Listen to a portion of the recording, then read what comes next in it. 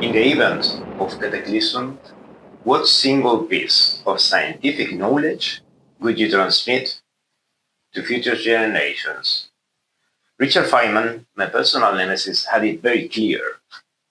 The atomic hypothesis that all things are made of atoms. Undoubtedly, the discovery of the atom implied a huge simplification in physics. But as we looked deeper into it, we could see that it was not so simple. After the atom, a complex fauna of subatomic particles followed. They had to be understood and classified. And that was accomplished. Now we have the standard model of particles. 17 types of particle interacting and transmuting into each other through 3 types of force that leaving gravity aside, which is very good, but still far away from the simplicity of the concept of an indivisible, unique, and uniform atom the ancient Greek philosophers had. So, what is now, and what was then an atom? Let me go back in history to the times of those exceptionally intuitive guys who gave the atom its name. They are Leucippus and Democritus, who anticipated more than 2 millennia one of the most important concepts of all science. And let me throw one more into this gang.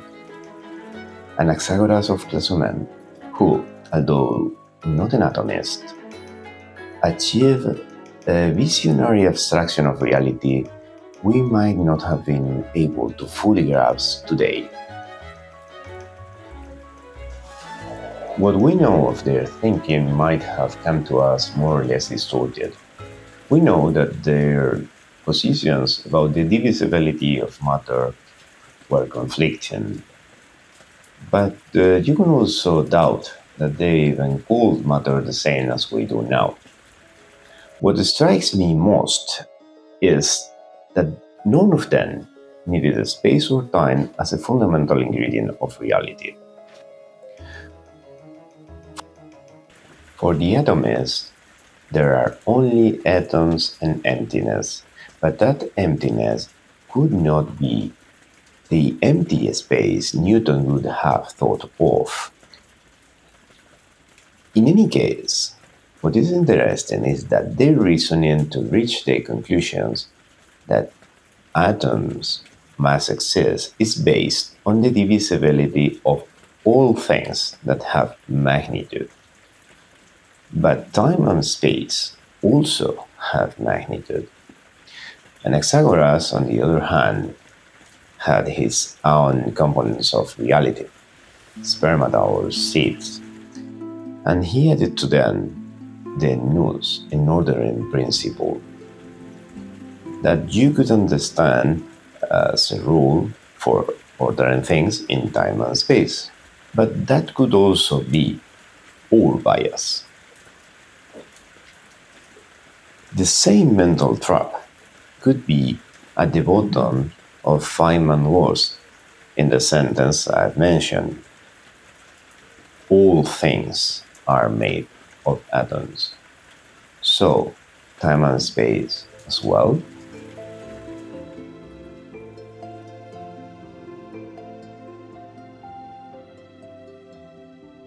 We can imagine elementary units of the universe along the lines of Anaxagoras' ideas, which, depending on their configuration, make up space, time, matter, or energy. They could be the minimal units of some kind of code which composes the universe as a single information block. Okay, this is a conjecture with little or no scientific basis. That's true. These things could not exist at all, or maybe they exist, but we are very far from finding them, or we never will. But it's just that I believe we have already stumbled on something that could be a candidate to be this new atom.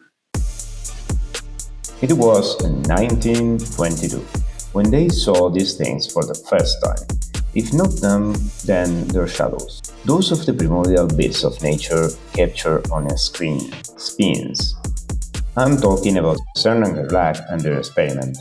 With a non-uniform magnetic field, they found what so far has been interpreted as a feature of fundamental particles. But it could be much more. Spins could be building the particles, and not only that, they could be inducing or perception of space and time.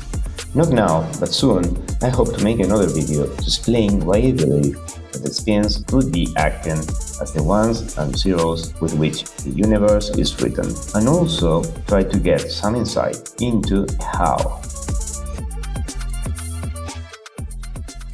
But, with respect to the how, Anaxagoras also had a peculiar reason: the nous. The nous could be some kind of cosmic intelligence that orders everything. In ancient Greek times, Anaxagoras related it to movement and change. But perhaps he simply did not have the words or the concepts to shape his true idea. We can extrapolate this and think that this movement could not be happening on a temporal scale. It could be metatemporal. This is, it will configure time itself.